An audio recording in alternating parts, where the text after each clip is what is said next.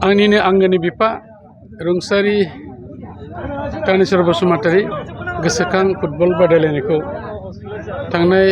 2022 मायथाइनिफ्राय बेखौ दिनैसिमहालागै कन्टिनिउ रानिं 3 इयार्स होनाय जादों आरो आंनि बिफाया 2021 मायथाइनि 5 जुनावहाय बे रुंसारि जादोंमोन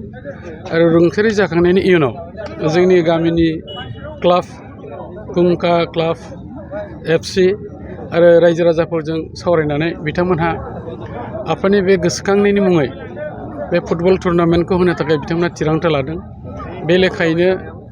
थांनाय 2022 निफ्राय लानानै 23-24 मायथाइसिम बिथांमोन थांखि लानाय बादि बोसोरथाम बेखौ एखेलाहे होनाय जादों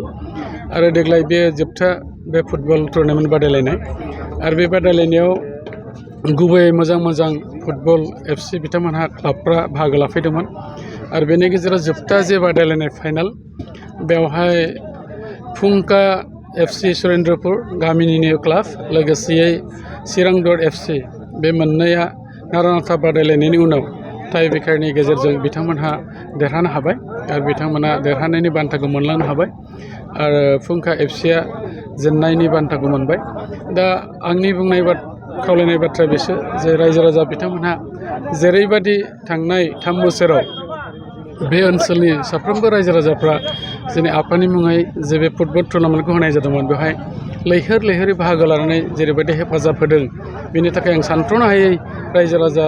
बे ओनसोलनि बिथांमोनखौ आङो हामबाय होनदों। मानोना बिथांमोना जोबोद हेफाजाब होदों आरो दिनैबो नोंथांमोना नुदों हाजार रायजो राजाफ्रा बाव फैनानै मदद खालामफैदों। गतिके आंनि गोसो गोरबोआव अरायसम बिथांमोननिसिम अनसायनाय आरो खुलुमनाया थागोन आरो लोगोसे बिसेसकरि गामिनि रायजो राजाफोर आरो गामिनि